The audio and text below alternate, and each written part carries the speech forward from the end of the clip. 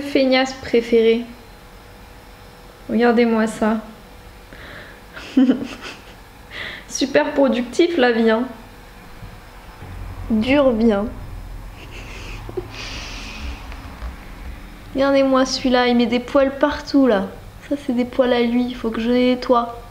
Et bonjour, bienvenue dans un nouveau vlog. Aujourd'hui du coup on est dimanche et vous avez peut-être pu le voir du coup dans les clips juste avant. Théotif. Qu'est-ce qu'il y a?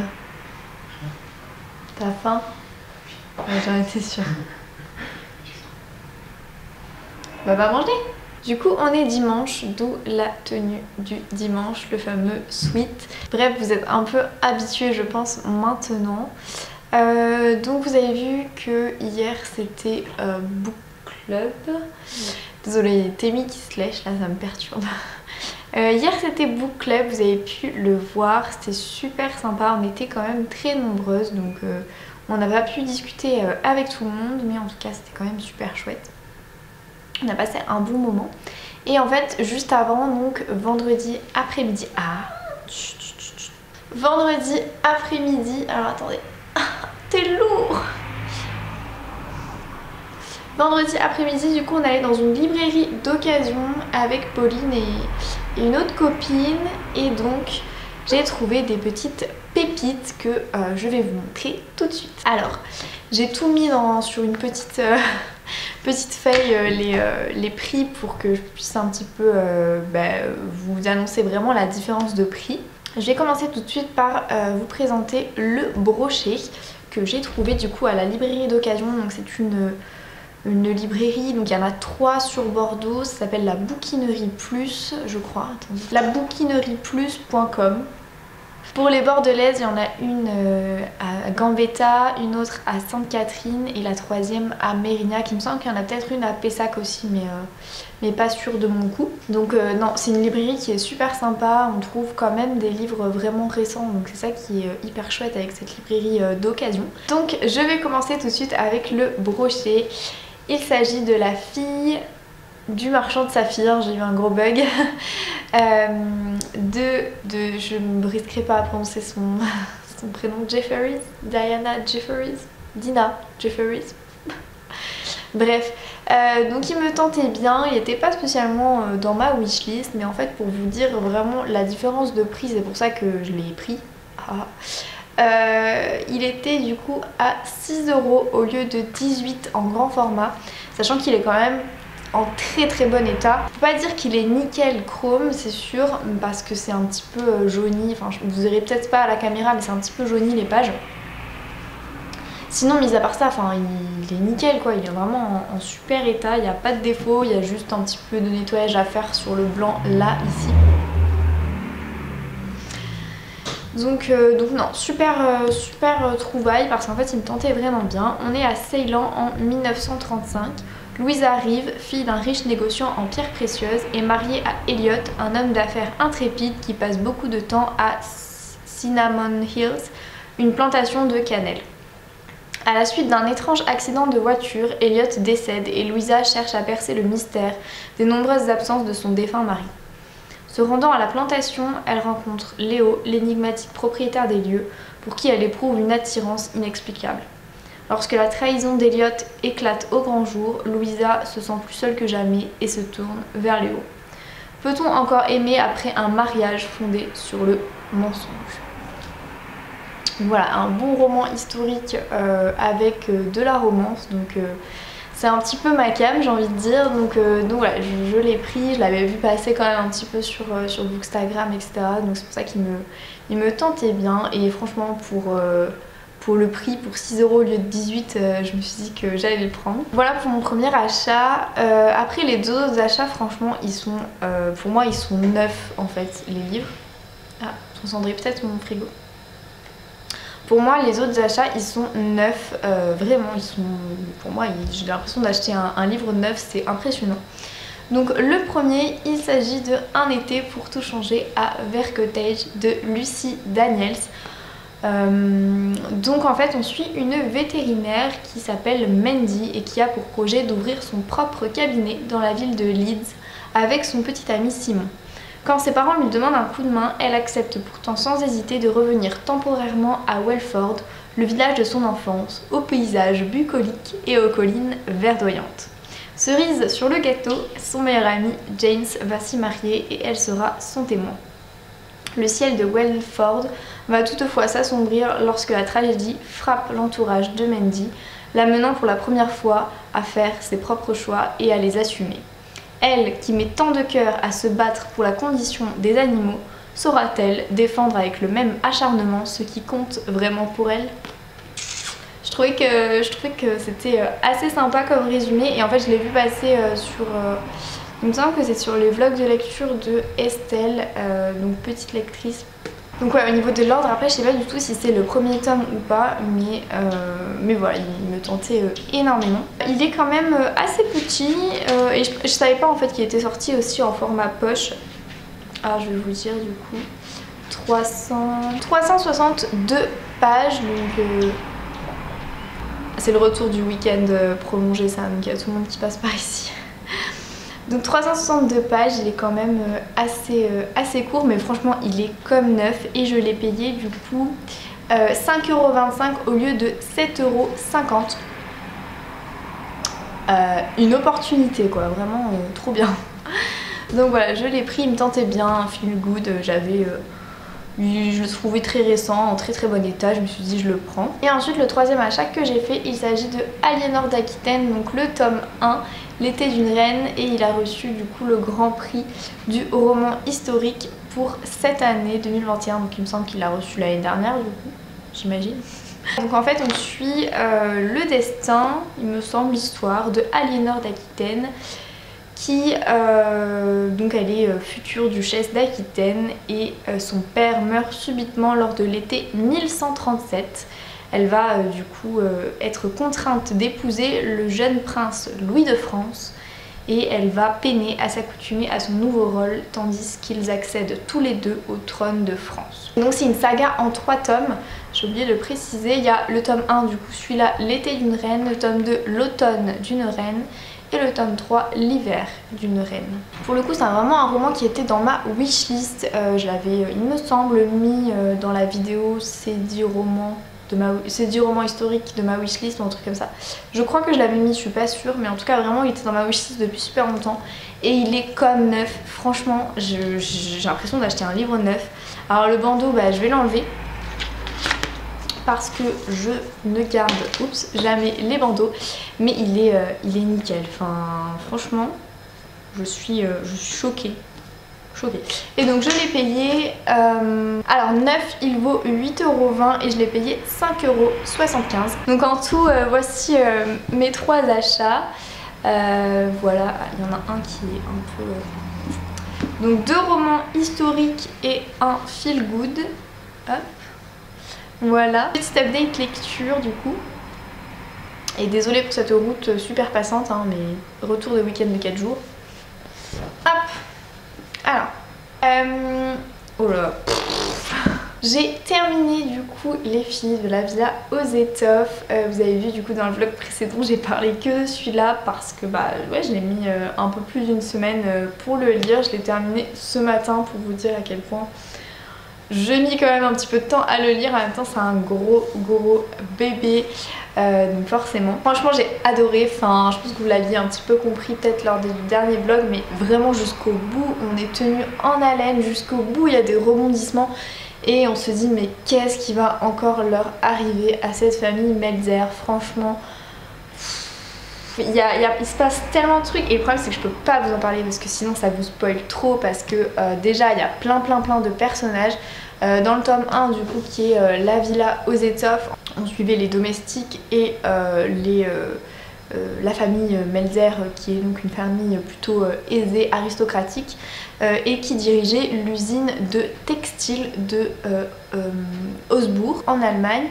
Et donc là on est vraiment en plein cœur de la Première Guerre mondiale. On continue de suivre le quotidien des domestiques et de la famille Melzer qui s'est agrandie, hein. Ça je pense que c'est pas réellement un spoil, je peux le dire. La famille Melzer s'est agrandie. Du coup il y a 3 petits enfants, je vous dis pas qui à qui, voilà, qui appartient à qui, mais non. Du coup il y a un petit peu vers la fin surtout les enfants sont un petit peu plus présents. Mais sinon pendant tout le roman on était vraiment centré sur les filles de la Villa Melzer, donc à savoir Marie, Elisabeth et Kitty. Katharina, il me semble qu'elle s'appelle. Je peux pas trop vous en dire, voilà, encore une fois pour pas vous spoiler, je sais ça va être redondant ce que je dis, mais franchement on est encore dans l'ambiance Downton Abbey. Oh, désolé Auguste, il s'éclate avec son arbre à chat. Du coup on est encore dans l'ambiance Downton Abbey. Downton Abbey effectivement ils subissent il me semble la deuxième guerre mondiale si je ne me trompe pas. Je sais plus, enfin bref, ils subissent une des guerres mondiales et pareil, on a vraiment l'ambiance aussi de la guerre, etc. qui les impacte énormément. Et en fait c'est à peu près la même chose, sauf que là, le récit est du coup ponctué de lettres qui sont hyper, enfin je sais pas, qui donnent un espèce de... Je dirais pas un vent de fraîcheur, mais ça dynamise vraiment le récit. On a un petit peu l'histoire aussi d'un domestique qui va être envoyé sur le front et à Verdun en particulier. Donc on a un petit peu une description à un moment donné avec les rats, c'est pas hyper glamour, c'est même assez glauque et assez horrible. Et voilà, on a vraiment du coup, on ne reste pas figé en fait si vous voulez juste à la villa, on a des histoires aussi qui se passent ailleurs et ça c'est... Auguste, désolée.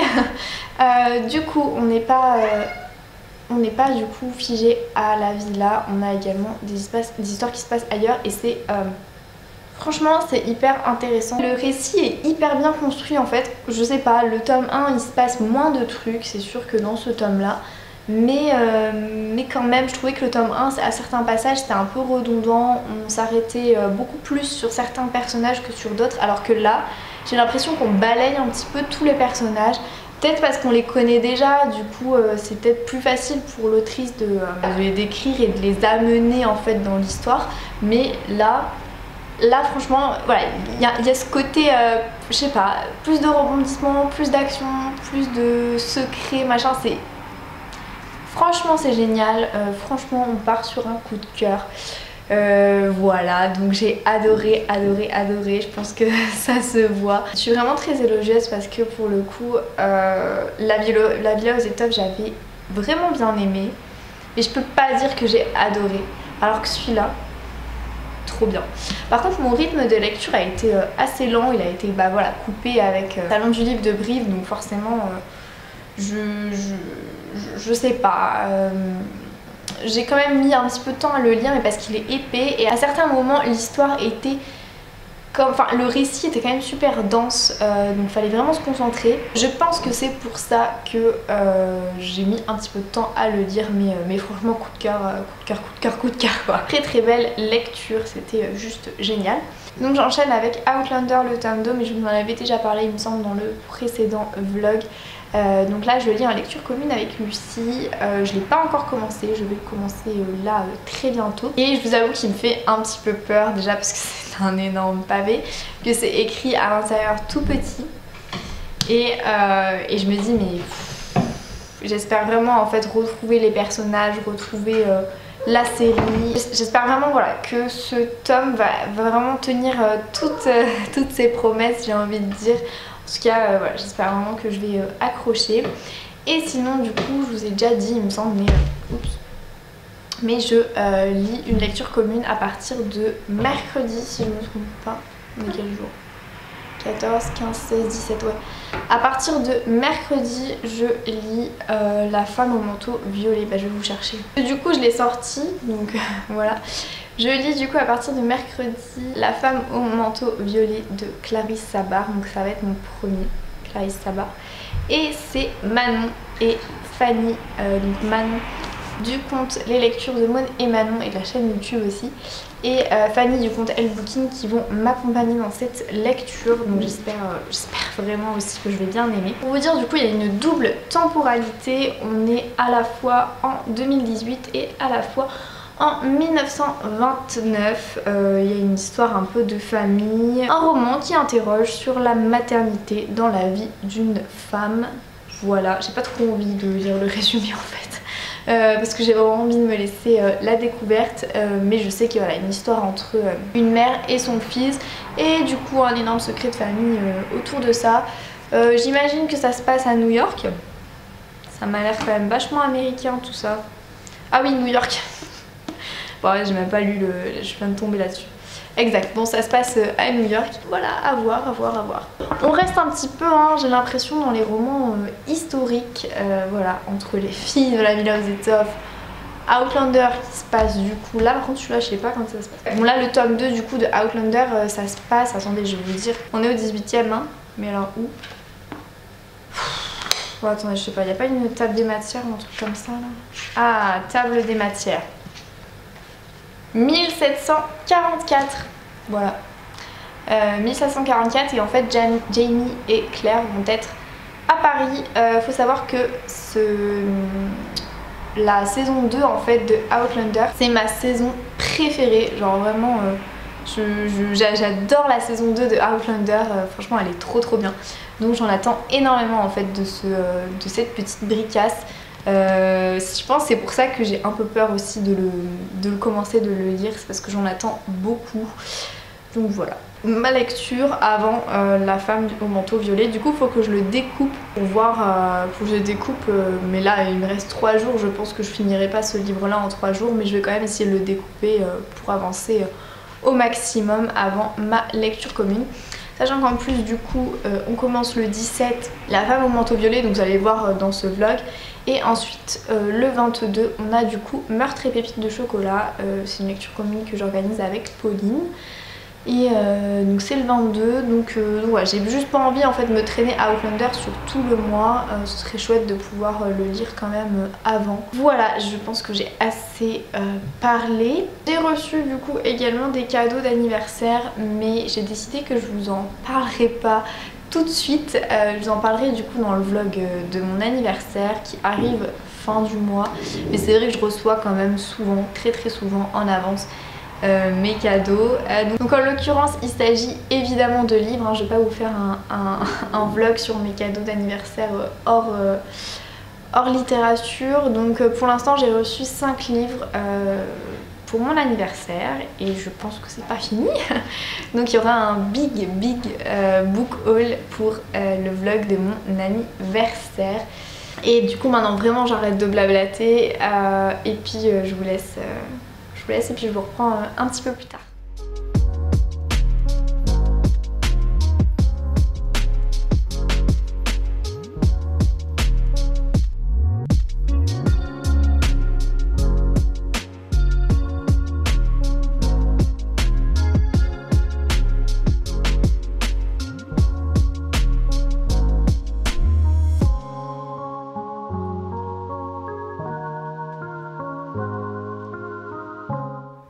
Je vous reprends un petit peu plus tard dans la semaine pour vous parler un petit peu de mes lectures. Aujourd'hui on est jeudi. Je me suis préparé une petite infusion comme vous avez pu le voir avec mon petit goûter. Bon, mon petit goûter mais il est 19h. Donc petit goûter. Et ma petite infusion du coup c'est... Je fais pas de la promo mais j'aime trop cette marque 1336. Et en fait 1336 c'est une coopérative française qui est basée à côté de Marseille. Je sais pas si vous buvez un petit peu de tisane, je sais qu'il y en a beaucoup sur Bookstagram qui boivent du thé. Alors moi le thé j'aime pas trop ça, c'est pas trop mon kiff. Donc je préfère me faire des infusions le soir, je trouve ça bien plus... je tendance à préférer, j'ai peur que le thé, bah il y a de la théine et forcément ça m'empêche un petit peu de dormir, je suis team... ça m'empêche de dormir le soir. J'ai changé également de fond parce que je me dis que ça peut être bien plus sympa. Bon c'est un fond d'aquarium, désolé mais pour le coup c'est soit ma chambre où il n'y a pas assez de lumière, soit les fauteuils rouges ou le canapé rouge. Mais en fait il y a la route qui est juste à côté et donc on entend tout. Donc ouais, j'ai opté pour un fond aquarium. Les plus beaux aquariums en fait ils sont en haut. Je pense que je peux essayer de vous les montrer. Bon je préfère ceux-là, voilà. Mais je préfère ceux qui sont en haut, mais celui-là convient très bien. Du coup c'est parti, j'ai à côté de moi toutes les lectures dont j'ai envie... Ah attendez. J'ai à côté de moi toutes les lectures dont j'ai envie de vous parler. On va reprendre du coup dans l'ordre chronologique. J'étais en train de lire Le Talisman, donc le tome 2 de Outlander. J'ai pas mal avancé, j'en suis à la page 262. Ah attendez, mon marque-page est dans le mauvais sens. Donc bref, page 262, donc en fait c'est plutôt fidèle à la série. Si vous avez regardé la série Outlander, c'est plutôt fidèle à la série, il y a juste voilà, des petits détails qui font que...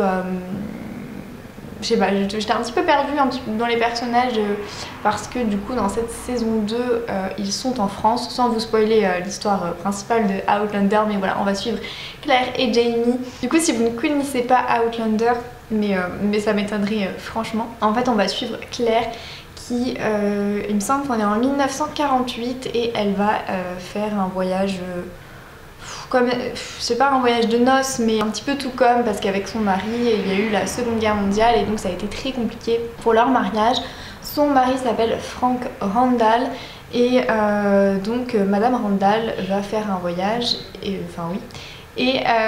donc ils vont faire un voyage de noces entre guillemets, même si c'est des années après leur mariage, en Écosse. Donc ils vont arriver à Inverness, si je me trompe pas. Voilà, le focus commence déjà à faire des petites siennes, c'est chiant. Du coup ils vont arriver à Inverness et putain ça m'énerve là. Et donc ils vont arriver à Inverness et elle va s'approcher d'un cercle de pierre qui est un site historique également de menhirs, où il y a des menhirs, qui s'appelle Craignadoon. Et donc elle va être propulsée en 1745 je crois, ou 44, je sais pas. Elle va rencontrer Jamie qui est un Écossais du coup de cette époque là. Elle va, sans vous spoiler, mais se marier avec lui. Mais bref, il va arriver énormément de trucs. Donc je vous laisserai, si vous connaissez pas Outlander, vous faire une opinion. La série Netflix est quand même vachement bien faite. Pour le coup, je me souviens que le tome 1 est ultra fidèle à la série. Ce tome 2 est plutôt fidèle pour l'instant, même si en fait... donc moi j'ai regardé pour l'instant toutes les séries qui sont... toutes les saisons pardon, qui sont sorties, je vais y arriver. Le début de la saison 3 je crois, mais je suis vraiment pas sûre de mon coup. Le début de la saison 3 en fait, c'est le début de ce livre là, donc c'est un peu perturbant. Je crois que Lucie, du coup je le lis en lecture commune avec Lucie, elle a été également un peu perturbée. Moi ça m'a pas tant perturbée que ça, mais c'est vrai que voilà, c'est un petit détail qui fait que je pense que les livres ne sont pas 100% fidèle à la série. La plume est ultra fluide, c'est vraiment hyper agréable. Je sais pas, dans mes souvenirs la plume n'était pas aussi fluide. Malgré tout, c'est un énorme pavé, une énorme bricasse, et vous avez vu j'ai mis quand même pas mal de temps, 3 jours, 4 jours à lire 260 pages.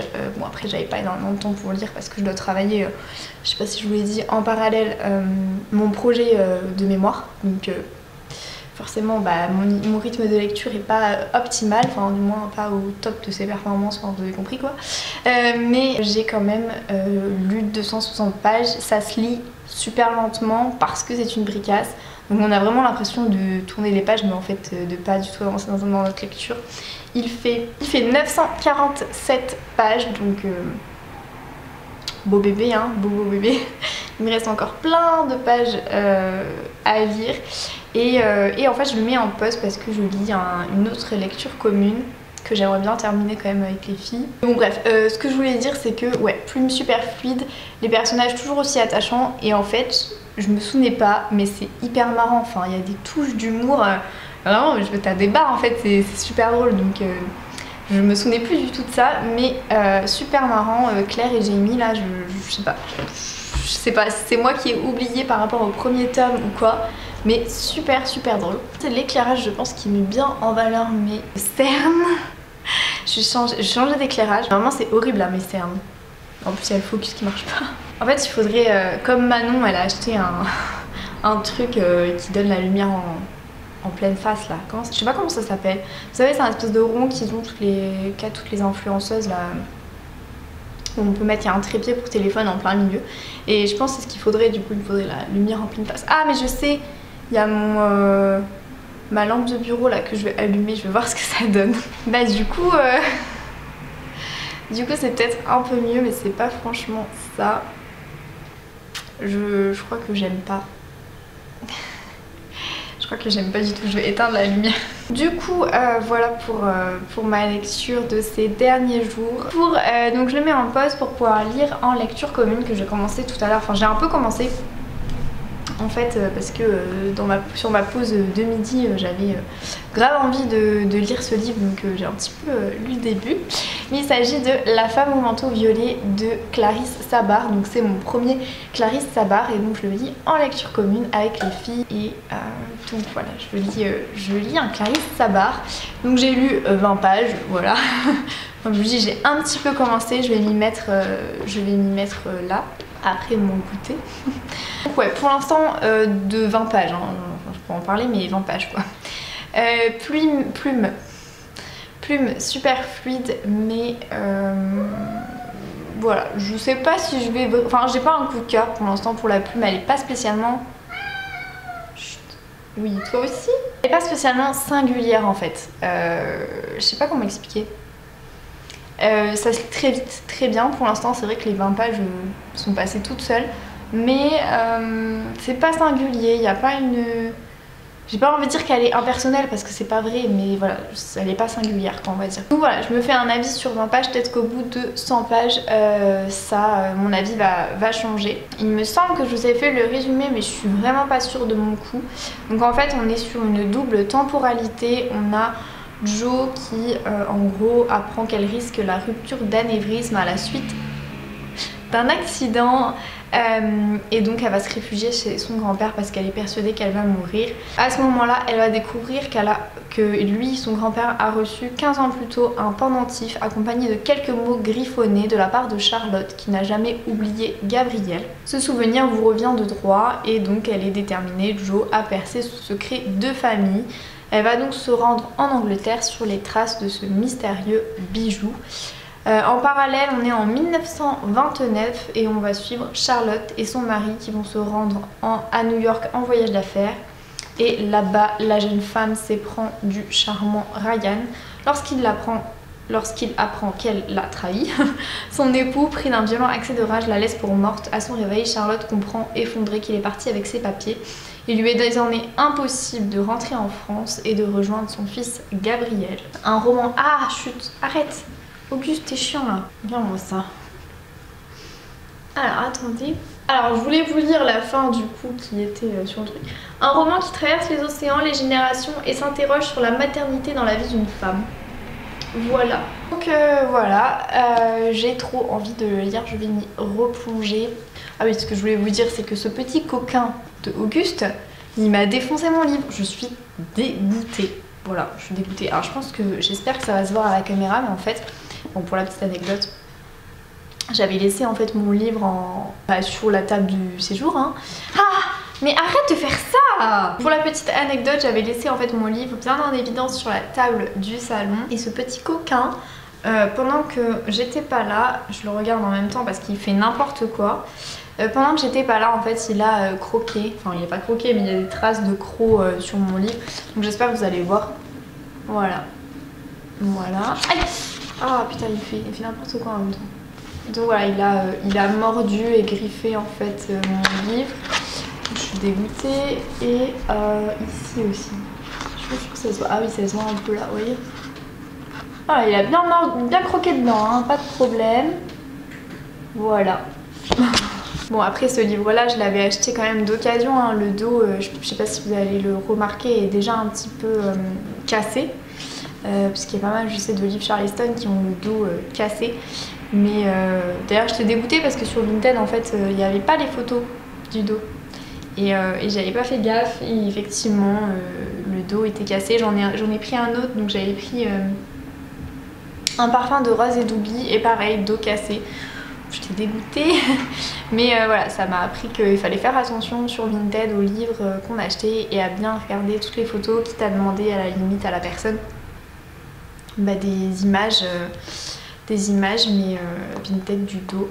363 pages, donc j'espère le terminer rapidement.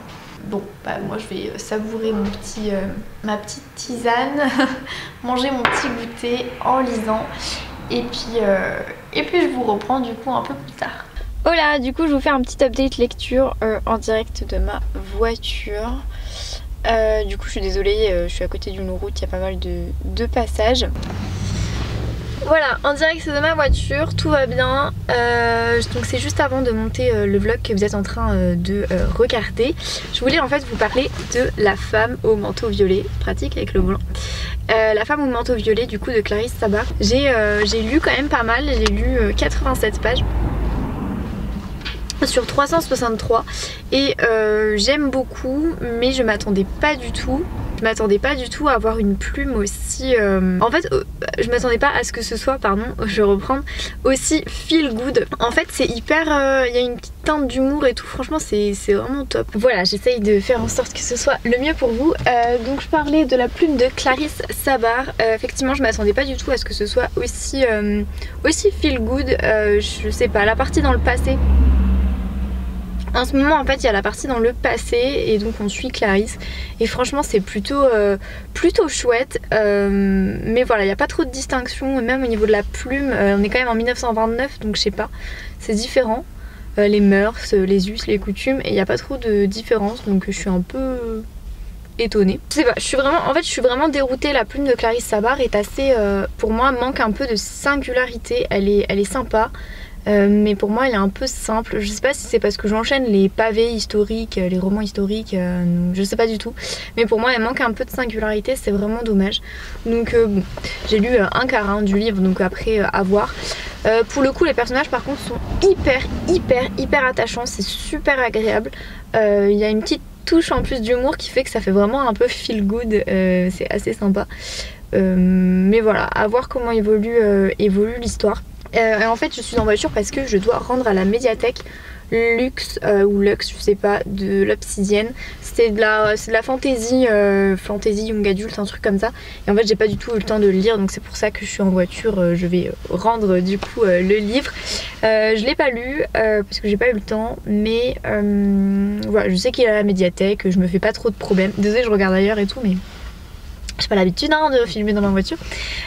Du coup ouais je vais le rendre, je sais qu'il est à la médiathèque, je sais que voilà, si jamais j'ai vraiment envie de le lire, il sera là. Oh il y a mon étiquette depuis tout à l'heure. C'est horrible.